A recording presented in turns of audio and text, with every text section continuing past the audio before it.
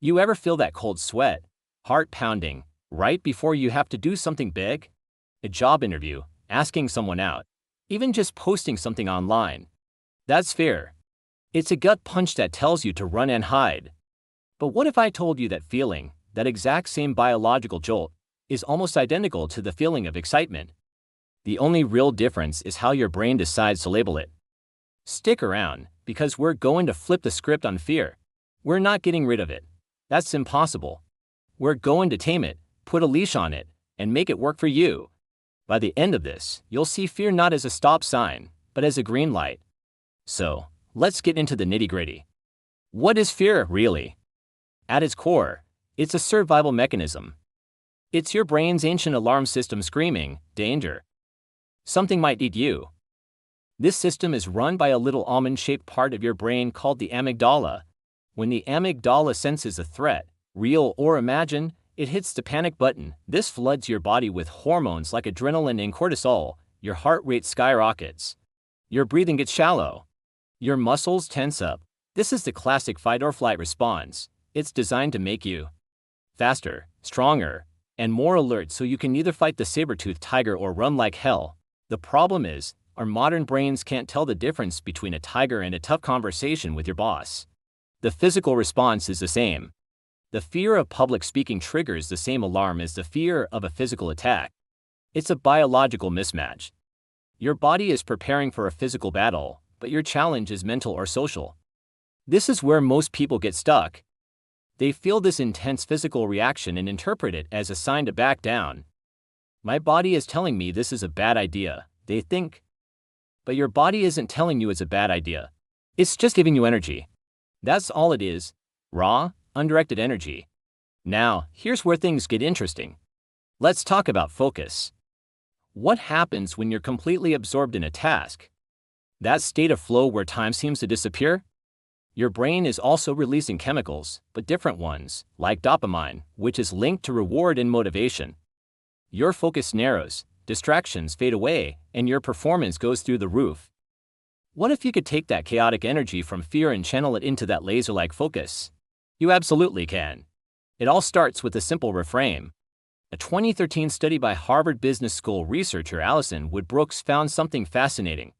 She took groups of people and had them do stressful tasks, like singing in front of strangers or solving math problems under pressure. Before they started, one group was told to say, "I am calm." The other group was told to say, "I am excited." Guess who performed better? The I am excited group. They sang better, they solved problems faster. Why? Because telling yourself to be calm when your heart is beating out of your chest is a lie. Your body knows it's not calm. It creates a conflict. But saying I am excited works with the physical sensations. Excitement also involves a racing heart and a surge of hormones. By relabeling the feeling from fear to excitement, you trick your brain. You're not fighting the energy anymore, you're embracing it. You're telling your brain, this energy isn't a threat. It's fuel for what I'm about to do. So, how do you actually do this in the real world? It's a three-step process. First, acknowledge. Second, reframe. Third, act. Let's break it down. Step 1. Acknowledge the feeling. Don't ignore it or push it down. That just makes it stronger. When you feel that knot in your stomach, just say to yourself, "Okay, I'm feeling fear right now. My heart is racing. My hands are a little sweaty. I see you."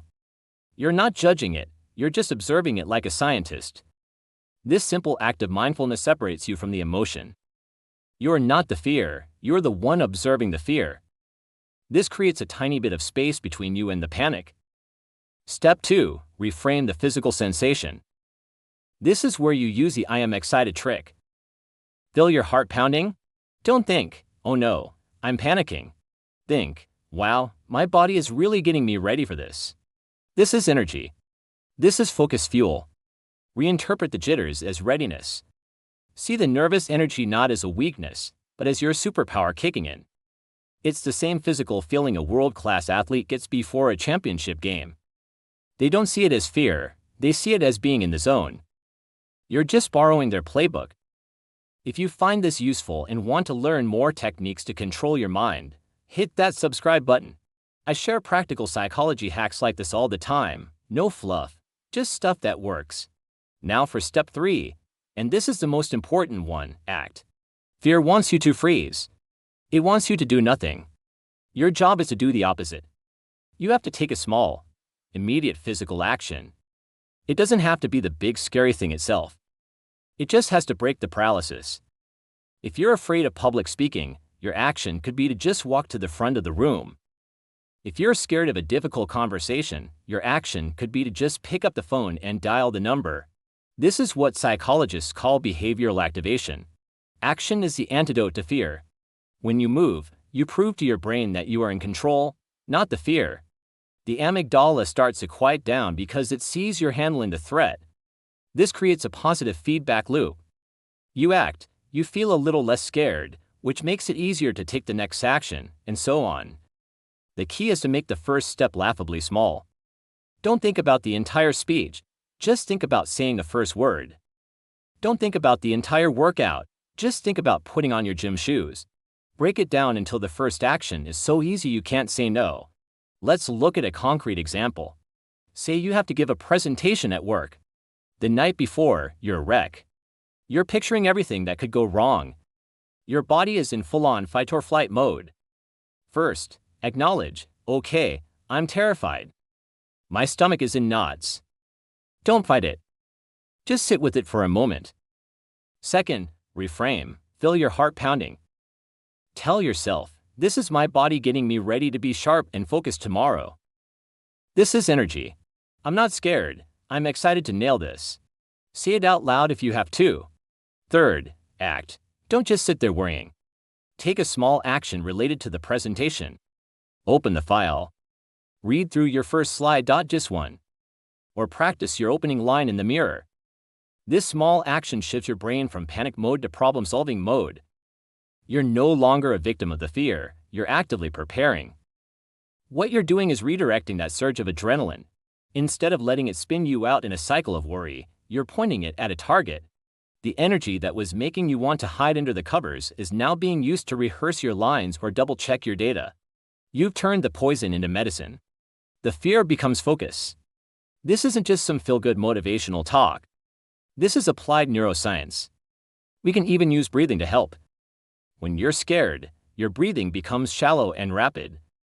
This signals panic to your brain.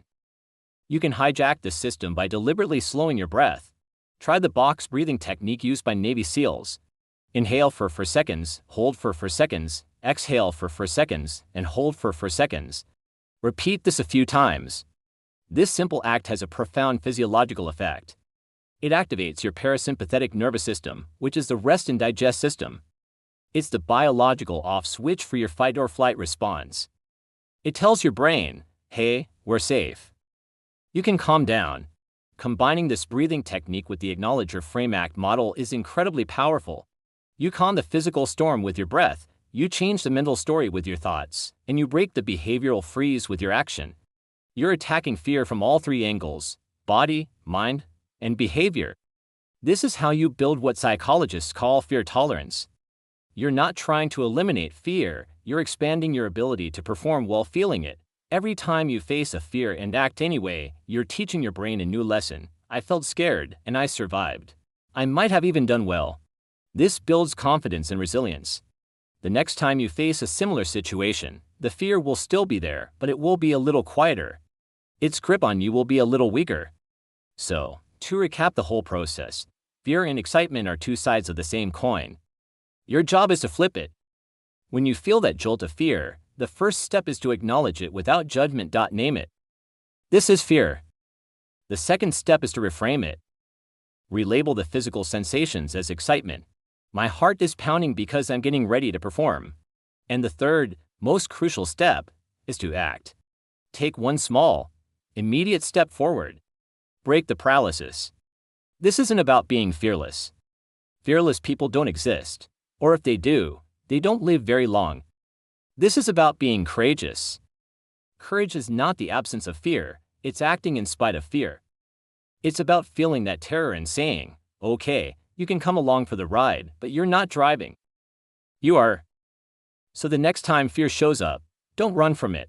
Greet it, relabel it, and then use its energy to propel you forward. Turn that scream into a battle cry. Now, I want you to try this. Think of one small thing you've been putting off because you're scared. Maybe it's making a phone call, starting a new project, or just speaking up in a meeting. In the comments below, I want you to write down what that fear is and the one tiny, laughably small action you're going to take to face it. By writing it down, you're making a commitment. Let's see what you come up with, and if you're looking for more videos on how to master your own psychology, check out this playlist right here. It's packed with more no-nonsense strategies just like this one. Thanks for watching.